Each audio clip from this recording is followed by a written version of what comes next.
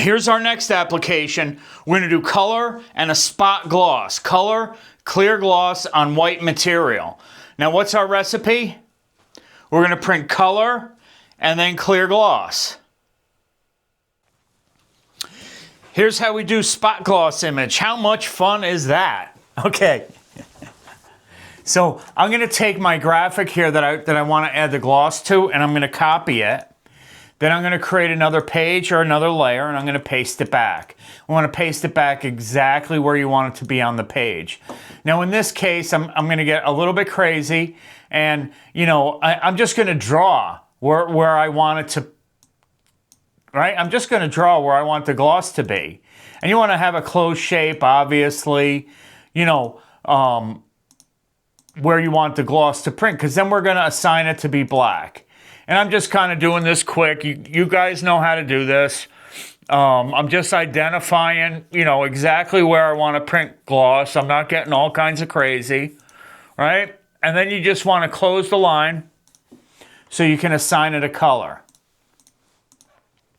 So here it is done. I did it a little bit closer around here.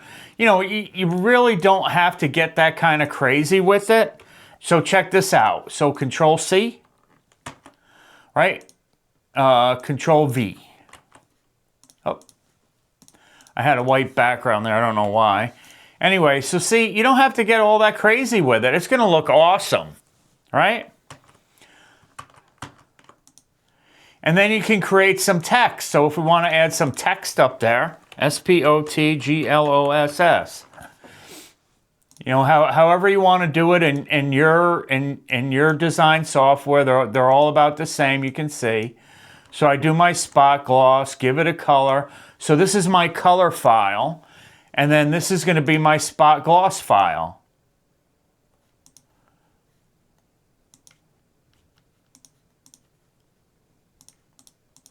Let's get rid of that white square.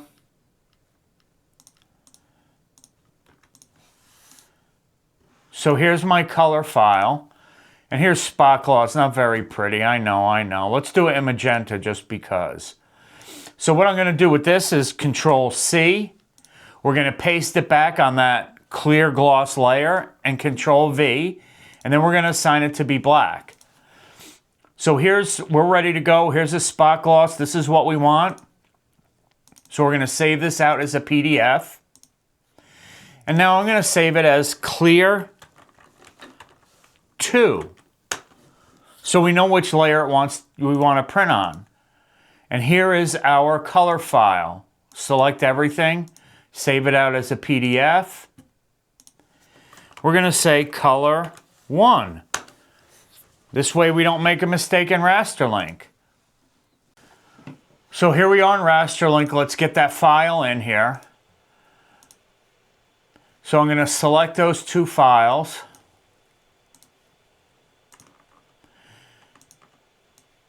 Drag and drop them in RasterLink. So with the UCJV 330 to print clear gloss, it has to be 12 by 12. Now when we're doing clear gloss, we have to drop the percentage because we got 4 channels of gloss ink, and clear ink. So if we're trying to do clear gloss that much, it's going to be soft. So we're gonna back that off a little bit.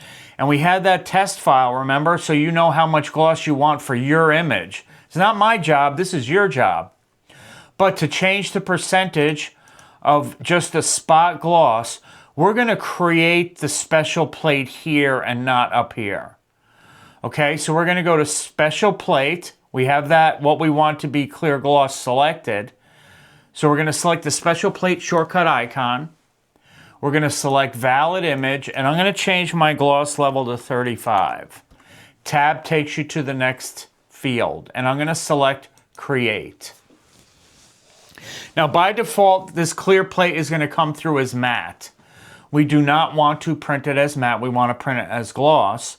So you're going to select the property shortcut icon, job attribute, special color, setup, UV mode tab right up here, right? The UV mode tab.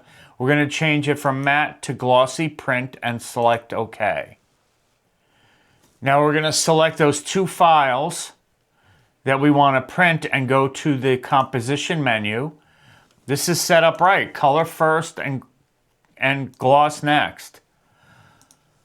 Select composite. Key crucial, right? Output order. This is one pass.